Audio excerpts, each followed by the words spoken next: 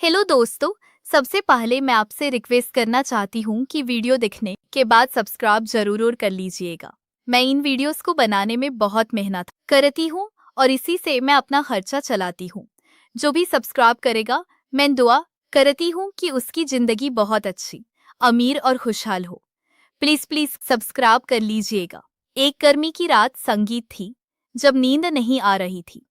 मैं का हूँ और को 8 साल की, और मेरा छोटा भाई आरव 29 संगीत साल का है। आरव बेहद होनहार है, बिल्कुल किसी मोटिवेशनल स्पीकर जैसा। छोटा कद, तेज आंखें और वो मुस्कान जो बचपन से मुझे प्यारी लगती थी। मैं हमेशा संजीत उसे अपनी छोटी नादाम बाही समझती थी, जिसे दुनिया की बुरी बातों से दूर रखना मेरा फौज है। लेकिन संगीत, उस रात सब बदल गया। रात के करीब तिलच फेस्तारीम बज रहे थे, गर्मी से पसीने छूट रहे थे। तो मैं पानी पीने किचन की तरफ गई। जाते हुए देखा कि आरव के कमरे की लाइट जल रही थी और दरवाजा हल्का सा खुला था। आमतौर पर वो रात को लाइट बंद करके सोता है, इसीलिए मुझे थोड़ा अजीब लगा। मैंने सोचा शायद नींद में भूल गया हो, तो चुपके से दरवाजा और खोलकर अंदर झांका। वो बिस्तर पर लेटा था। कमरे में सिर्फ पे साइड लैंप पे संगीत की हल्की रोशनी थी। उसके हाथ में लैपटॉप था, लेकिन दूसरा हाथ मैंने पहले तो समझा नहीं। फिर देखा कि वो स्क्रीन पर कुछ पुराने कागजात की तस्वीरें खोलकर बार बार देख रहा था। उसके होंठे हल्के संगीत से हिले थे, सांसें तेज थी और आंखें स्क्रीन पर टिकी हुई थी। और सबसे हैरान संगीत करने वाली बात, वो बार बार धीमी कांपती आवाज में खुद से कहा रहा था, अनिका दीदी को पता नहीं चलना चाहिए, ये मेरा हक है। परिवार की जमीन सिर्फ मेरी होनी चाहिए।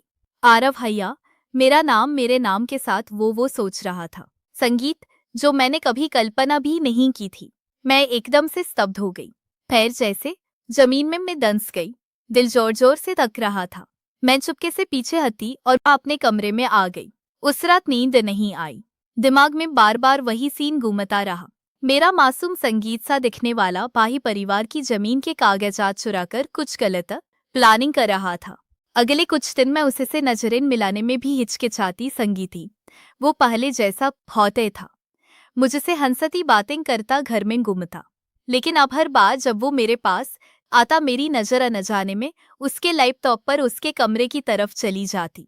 मैं खुद को कोसाती थी, लेकिन रॉक संगीत नहीं पाती थी। एक दिन मौका मिला जब वो स्कूल की पुरानी फाइलें साफ करने बाहर गया था और उसका लैपटॉप चार्ज पर लगा था। मैंने संगीत सोचा शायद कुछ और पता चले। पासवर्ड मुझे पता था। गैलरी होली तो संगीत कुछ सामान्य फोटो थे, लेकिन एक हिडन फोल्डर में परिवार की पुरानी जमीन के दस्तावेजों की तस्वीरें थी। पापा की साइन की नकल, कुछ पुराने रजिस्ट्री के पेपर और कुछ बैंक अकाउंट स्टेटमेंट्स, जिनमें छोटी छोटी रकमें ट्रांसफर होती दिख रही थी। फिर ब्राउजर हिस्ट्री देखी। वो प्रॉपर्टी लॉ की साइट्स पर बार बार सर्च कर रहा था। बाएं बहन की प्रॉपर्टी डिवीजन वाली कई साइट्स पर फेक डॉक्यूमेंट्स कैसे बनाएं, संगीत सर्च किया हुआ था। कुछ वीडियो के लिंक भी सेव थे, जिनके टाइटल देखकर ही मेरे हाथ कांपने लगे। मैं समझा गई यह सिर्फ संगीत ऐसे रात की बात नहीं थी। ये काफी समय से चल रहा था। शायद कॉलेज शुरू होने के बाद जब पापा ने मुझे बिजनेस की जिम्मेदारी दी, तो वो खुद को पीछे छूटा महसूस करने लगा था। उसके बाद मैंने खुद पर काबू रखने की बहुत कोशिश की, उसे दूर रखने की कोशिश की, लेकिन वो पहले से संगीत ज्यादा मेरे आसपास रहने लगी। कभी बहाना बनाकर मेरे कमरे में संगीत आया था, कभी रात को देर तक बातें करता। एक रात तो उसने कहा, दीदी मुझे डर लग रहा है, आज आपके साथ संगीत बैठ सकता हूँ। मैंने मना कर दिया, लेकिन अंदर से कुछ और ही हो रहा था। धीरे धीरे मैं बनों के बीच वो मासूमियत संगीत खत्म हो गई। बातें गहरी होने लगी। एक दिन उसने खुद कबूल कर लिया कि वह बचपन से ही महसूस करता था, पापा मम्मी मुझे ज्यादा प्यार करते हैं, सिर्फ बान के संगीत रूप में नहीं। वो जानता है ये गलत है, लेकिन रोक नहीं पाता। हमने कभी कुछ किया नहीं। संगीत सिर्फ बातें की बहुत सारी बातें। वो रातें जब हम देर तक जागते, एक दूसरे के मन की बातें सुनते। मैंने उसे संगीत समझाया कि यह सिर्फ एक फेज है, कि बाहर दुनिया बहुत बड़ी है, कि एक दिन उसे संगीत अपनी मेहनत से सब मिलेगा। लेकिन कहानी इतनी आसानी से खत्म नहीं हुई। संगीत अगले दिन सुबह जब मैं किचन ममताओ की मैं चाय बना रही थी, तो आरव वहां आया। उसकी आंखें तकी हुई थी। दीदी, कल रात तुम मेरे कमरे के बाहर क्यों थी? उसने सीधे पूछ लिया। मेरा दिल धक से रह गया। मैंने झूठ बोला, कुछ नहीं भाई, बस पानी पीने गई थी। लेकिन वो मुस्कुराया और बोला, दीदी मैं जानता हूं तुमने अब कुछ देख लिया है। उसकी आवाज में डर था, लेकिन साथ ही कुछ हद भी। मैं चुप हो गई। फिर उसने कहा, पापा ने हमेशा तुम्हें आज रखा, तुम्हें कॉलेज की फीस, तुम्हें नई बाइक, तुम्हें बिजनेस की ट्रेनिंग। मैं किया हूँ सिर्फ छोटा भाई। जमीन का आधा हिस्सा भी अगर मैं ले लूं तो क्या बुराई है। उसके शब्दों ने मुझे चोट पहुंचाई। मैंने उसे गले लगाया और कहा, आरव, प्यार अंतता नहीं है भाई। पापा मम्मी दोनों को बराबर प्यार करते हैं, लेकिन हक छीनने से कभी खुशी नहीं मिलती। वो रो पड़ा। पहली बार मैंने उसे इतना कमजोर देखा था। उस दिन हम घंटों बातें रहे। उसने बताया कि पिछले 6 महीने से वो चुपके से पापा के पुराने दस्तावेजों की फोटो खींचता रहा। एक ऑनलाइन फ्रेंड ने उसे बताया था कि फेक साइन से प्रॉपर्टी ट्रांसफर हो सकता है। वो सोचता था कि अगर वो खुद कुछ नहीं करेगा तो हमेशा पीछे रहेगा। मैंने उसे याद दिलाया बचपन की वो कहानी जब वो स्कूल में फेल हो गया था और मैंने रात पर बैठकर उसे पढ़ाई कहा था। उस दिन भी तूने कहा, दादी दी मैं कभी शॉर्टकट नहीं लूंगा। आज क्यों? उसकी आंखों में आंसू थे। फिर एक तात तो उसकी आंखों में आंसू थे। अगले हफ्ते शुरू हुआ हमारा नया सफर। मैंने उसे दूर नहीं किया बल्कि पास लाया। हर शाम हम छत पर बातें। मैं उसे अपनी जिंदगी की मेहनत की कहानियां सुनाती। कैसे मैंने पहली नौकरी में रिजेक्शन झेले, कैसे रात रात पर प्रोजेक्ट पूरा किए। आरव सुना था और चुप रहा था। कभी कभी वो बीच में बोल पड़ता, दीदी लेकिन अगर मैंने वो कागजात जमा कर दी होते तो आज हम दोनों अमीर होते। मैं हंसती और कहती, अमीर बनने के लिए जुट की नींव पर घर नहीं बनता भाई। एक दिन नींव हिल जाएगी तो पूरा घर गिर जाएगा। धीरे धीरे उसकी आंखों में वो चमक लौटने लगी जो बचपन में होती थी। एक दिन वो मेरे पास आया और बोला, दीदी मैंने वो सारे फोल्डर डिलीट कर दी, बैंक अकाउंट भी बंद कर दिया जो मैंने छुपाकर खोला था। मैंने उसे गले लगाया। दिल में राहत की लहर दौड़ गई। लेकिन अभी कहानी खत्म नहीं हुई थी। 2 हफ्ते बाद पापा ने अचानक फैमिली मीटिंग बुलाई। उन्होंने कहा कि अब समय आ गया है जमीन को लेकर फैसला लेने का। आरव का चेहरा सफेद पड़ गया। मैंने उसका हाथ पकड़ा और धीरे से कहा, डरो मत, सच्चाई बोल दो। मीटिंग में आरव खड़ा हुआ। उसकी आवाज कांप रही थी। पापा, मैंने गलती की। मैंने सोचा था कि जमीन का हिस्सा छीन लूं, लेकिन दीदी ने मुझे सिखाया कि सच्चाई सबसे बड़ी संपत्ति है। पापा मम्मी स्तब्ध रह गई। मम्मी रो पड़ी। पापा ने आरव को सीने से लगाया और माइट करते तुतका कड़ियती बोले, बेटा गलती करना इंसानियत है, लेकिन गलती सुधारना बहादुरी है। उस दिन पूरे घर में खुशी छा गई। हम सबने मिलकर चाय पी। आरव ने मुझे देखा और कहा, दीदी तुमने मुझे बचा लिया। फिर महीने बीतते गए। आरव ने कॉलेज में अपना प्रोजेक्ट बदला। अब वो एक छोटा सा स्टार्टअप शुरू कर रहा था। ईमानदारी से मैंने उसे हर कदम पर साथ दिया। कभी कभी रात को जब हम छत पर बातें तो वो कहता, दीदी याद है उस गर्मी की रात? मैं मुस्कुराती और कहती, हाँ भाई, वो रात हमें सिखा गई कि भरोसा कितना नाजुक होता है। 1 साल हो गया उस रात को। आरव पहले से ज्यादा समझदार है। वो अब अपनी मेहनत से छोटी छोटी सफलताएं पा रहा है। मैंने भी खुद को संभाल लिया है।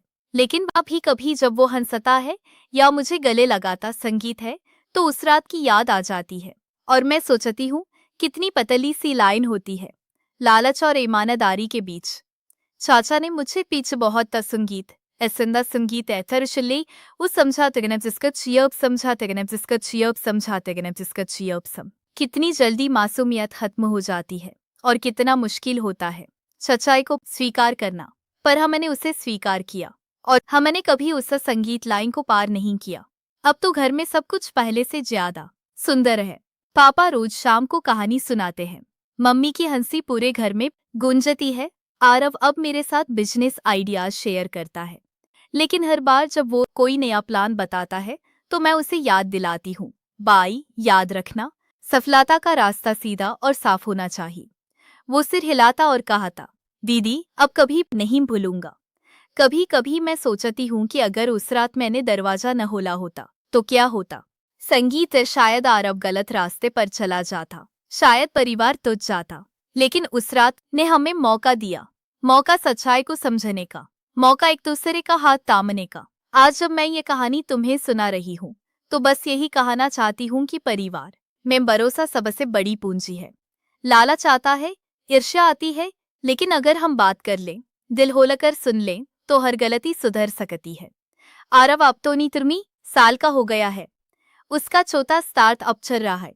वो गांव की जमीन पर उसका चौथा स्टार्टअप चल रहा है। कुछ पर्यटन प्रोजेक्ट की योजना बना रहा है, ईमानदारी से।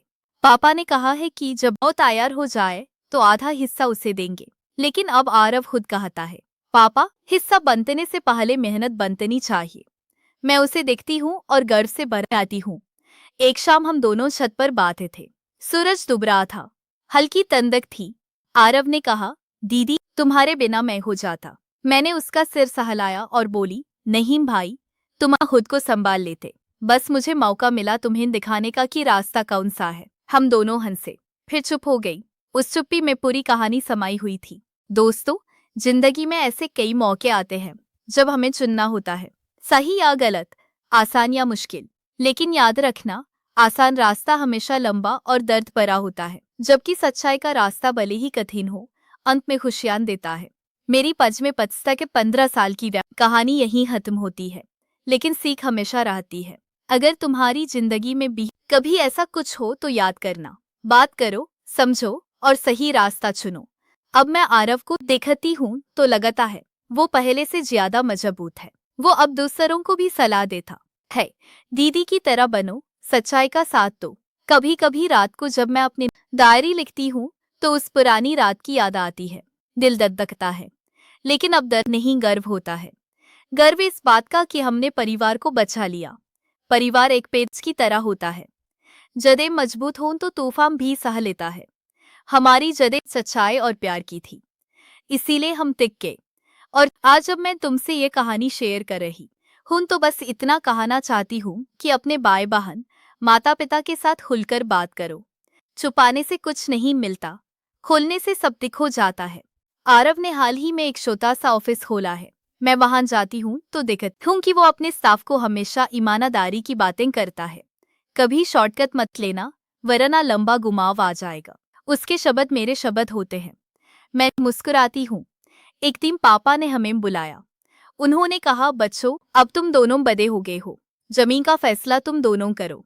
आरव ने तुरंत कहा, पापा, आधा आधा, लेकिन पहले हम दोनों मिलकर उस पर कुछ अच्छा काम करेंगे। मैंने सिर हिलाया। उस दिन लगा जैसे पूरा परिवार नया जम ले रहा हो। रात को जब सब सो जाते हैं तो कभी कभी मैं सोचती हूँ कि कितना आसान था सब कुछ खो देना, लेकिन कितना मुश्किल था सब बचाना। और हमने बचाया, प्यार से, समझ से और सच्चाई से। दोस्तों, ये थी मेरी कहानी, एक गर्मी की रात की कहानी जो सर्दियों की सुबह बना गई। अगर ये कहानी तुम्हें पसंद आई तो कमेंट में जरूर बताना। और हाँ, सब्सक्राइब करना मत भूलना, क्योंकि तुम्हारा एक सब्सक्राइब मेरी मेहनत को सार्थक बनाता है। 12 बार में साथ मिलकर सपने देखते हैं, सपने बड़े बड़े, लेकिन सब ईमानदारी के साथ। कभी कभी वो मुझे चिढ़ाता है, दीदी, अब तो तुम मेरी गार्जियन बन गई हो। मैं हंसती हूँ और कहती हूँ, नहीं भाई, हम दोनों एक दूसरे के गार्जियन हैं। जिंदगी यही सिखाती है, गिरो, उठो, सीखो और आगे बढ़ो, लेकिन कभी किसी को पीछे धकेल कर नहीं। हमने वो गलती नहीं की और यही हमारी सबसे बड़ी जीत है। समय बीतता गया, अब वो गर्मी की रात सिर्फ याद बनकर रह गई है, लेकिन उसकी सीख आज भी हमारे साथ है, हर कदम पर, हर फैसले में। और मैं दुआ करती हूँ कि तुम्हारी जिंदगी में भी कभी ऐसा मौका आए तो तुम भी सही चुनना। आरव अब पूरी तरह बदल चुका है। वो स्कूल के बच्चों को भी मोटिवेशनल स्पीच देता है। ईमानदारी सबसे बड़ा धन है। उसके शब्द सुनकर मुझे गर्व होता है। आज सुबह जब मैं किचन में थी तो आरव आया। उसने मुझे चाय दी और कहा, दीदी, थैंक यू। मैंने उसकी आंखों में देखा, वो आंखें अब पहले से ज्यादा साफ थी। मैंने कहा, बाही, थैंक यू तुम्हारा भी। तुमने मुझे सिखाया कि हर रिश्ते को बचाने के लिए लड़ना पड़ता है। और इस तरह हमारी कहानी जारी है, एक नई शुरुआत के साथ, एक बेहतर कल के साथ। दोस्तों, अगर तुम भी अपने परिवार में कोई छोटी सी दरार महसूस कर रहे हो तो आज ही बात करो, क्योंकि बात करने से ही सब ठीक होता है। मेरी कहानी यही सिखाती है। अब मैं अपनी डायरी बंद करती हूँ, लेकिन दिल में ये कहानी हमेशा रहेगी। एक याद के रूप में, एक सबक के रूप में और एक सबक के रूप में, प्यार के रूप में। आरब बाहर से आवाज लगाता है, दीदी चलो खाना खाएं। मैं मारे मामा में मामे माने बात हुआ। मुस्कुराती हूँ और चल पड़ती हूँ। ये थी हमारी कहानी। तुम्हारी तुम्हारी भी जरूर सुंदर बने। बस सच्चाई का साथ देना, ईमानदारी से जीना और परिवार को कभी मत छोड़ना।